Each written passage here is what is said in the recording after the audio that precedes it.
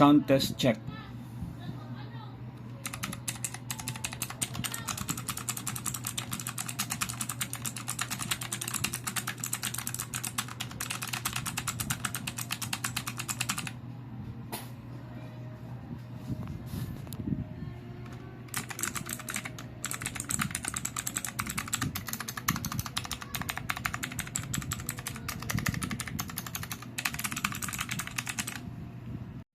So now, itatry natin kung gagana ba yung pad pag isasabay natin i-press yung keyboard and numpad.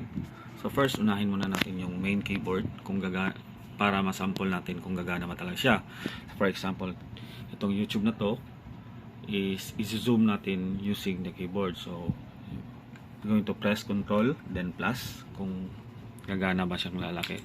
Ayan, lumalaki, nag-zoom yung YouTube. So babalik natin sa normal, just Control 0.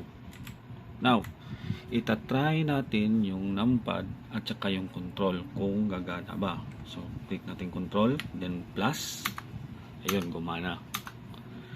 Click natin yung minus, click minus, ayun, Control 0 para bumalik sa normal, plus Control 0. Ayaw niyang mag-control 0, I don't know why, pero pag control and minus gumagana siya, or plus. Dito kasi sa main keyboard pwede siya mag-control 0 or back to normal, control 0. Ayun. So yun lang ang difference na ayaw gumana ng control 0. So pwede bang mag-change ng lightning effect? Yes, pwede po. Just press Fn then plus then 5. Okay, ito yung first effect niya is yung steady light. Then second effect is press Fn then 5. Ayun, parang nag-breathing effect siya. Then next effect 3, number 3 effect, number 4 effect,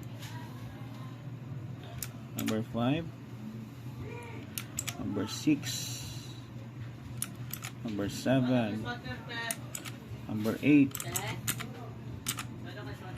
number 9,